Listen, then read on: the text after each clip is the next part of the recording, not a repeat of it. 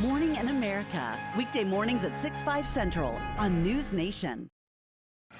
All right, welcome back to NBC 23. So excited to have our very good friend of the show, Tom Castañeda of South Texas Health System, and you are here to talk about the September edition of South Texas Healthy Living TV show. Now, guys, this is so important because Tom is always bringing us community events, super fun and good for our physical health, but now we're here to talk about mental health, right? That's right. When we talk about prioritizing our health, we always talk about making sure that you visit your doctor often, that you get your annual checkup, things like that, but we also have to prioritize our mental health. So for this month's installment of South Texas Healthy Living, we're going to be talking about mental health in particular, and we're going to talk about the common issues that affect the community right here in the Rio Grande Valley when it comes to mental health. Can you guess what are the two common issues that we face?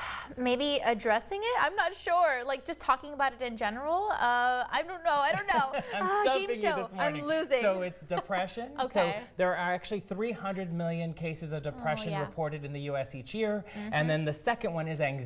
So that makes sense. Those are two that are very common, and they're really common right here in the Rio Grande Valley. We see it a lot. And during the pandemic, we saw a lot of depression and anxiety, and we saw a big increase in mental health issues across the country because of the social isolation. You also had the fear of not knowing whether you were going to have a job at the end of the pandemic and things like that. So there are a lot of issues when it comes to mental health facing the community, and so we really wanted to focus on that. So we do have a mental health expert from South Texas Health System Behavioral who is going to be talking about those common issues that affect the community, and we're going to be highlighting ways to recognize the warning signs and symptoms, when you should go and see a mental health expert, as well as some things that you can do to prevent mental health issues in general, such as self-care. Do you do any self-care?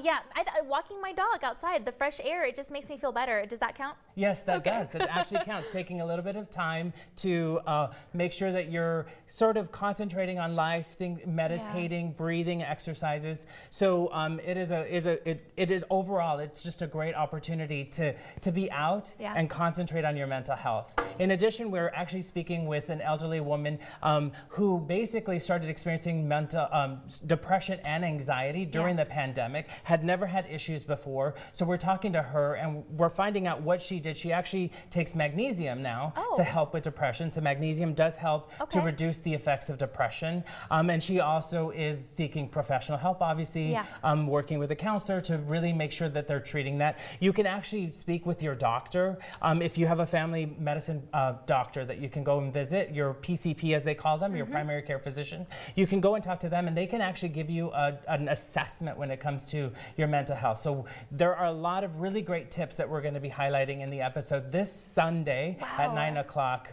In addition, we also have our exercise demo. So the walk that you do is always great, but there's also other things that you can do. There's some breathing exercises that you can do. Do you concentrate on your breathing, Danielle? I don't, but my watch will tell me it's time to stand up or little things like that. I get the alerts very often. I'm in a meeting, I'm like, I cannot stand right now. I'm sorry, but not at this moment. But I promise after this meeting I can stand up. But there's a lot of really great things that you can do when it comes to concentrating on your mental health and prioritizing. So even if you are going to the gym and you're tackling your fitness, you're getting fit, you can also be concentrating on the breathing. So we show you with our team from the outpatient rehabilitation center at STHS McAllen, shows you just some exercises that you can do while you're concentrating on your core. You're also working on your breathing. And the last thing that we have is obviously healthy eating. So what you eat affects your mental health. So you want to put down the chips, the potato chips,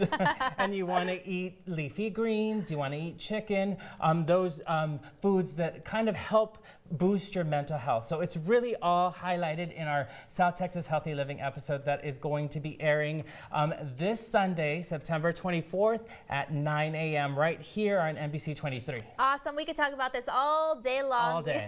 We are at the time, but thank you so much, Tom, for always bringing us the very best. We appreciate you. No, thank you. Awesome. Very good. And Jessica, you always bring us the very best in advice, particularly going to the beach when it's hot outside. I'm hoping that's the advice you have for us today. I think Tom will approve. It's good exercise too. Of course, go to the beach right now, you guys. Check out the sunrise. So many little clouds in the distance. We got orange, we got yellow, we got blue. Love to see the sunrise. And if you want to go to the beach later today, that's my recommendation, to go out there and enjoy, I guess, the heat. But if you want to take a swim, Surf temperature at 86. We're still dealing with that low rip current risk, so that means it is safe to do so, to get in the water. Or if you just want to go lay out and tan, even though it's almost fall here in the valley, summer never ends. So great day to go to the beach if you can get out there on a Wednesday. Elsewhere in the valley, we're looking at 98 for the valley average high. No rain chances this afternoon, and it's going to be pretty much sunny all day. Sunset is now before 7:30. So we're really getting in that time where our days are getting shorter. Of course, to me, this means that it's going to be dark when Adam and Danielle and I have to go to bed, but also when you're taking care of your pets, when you want to spend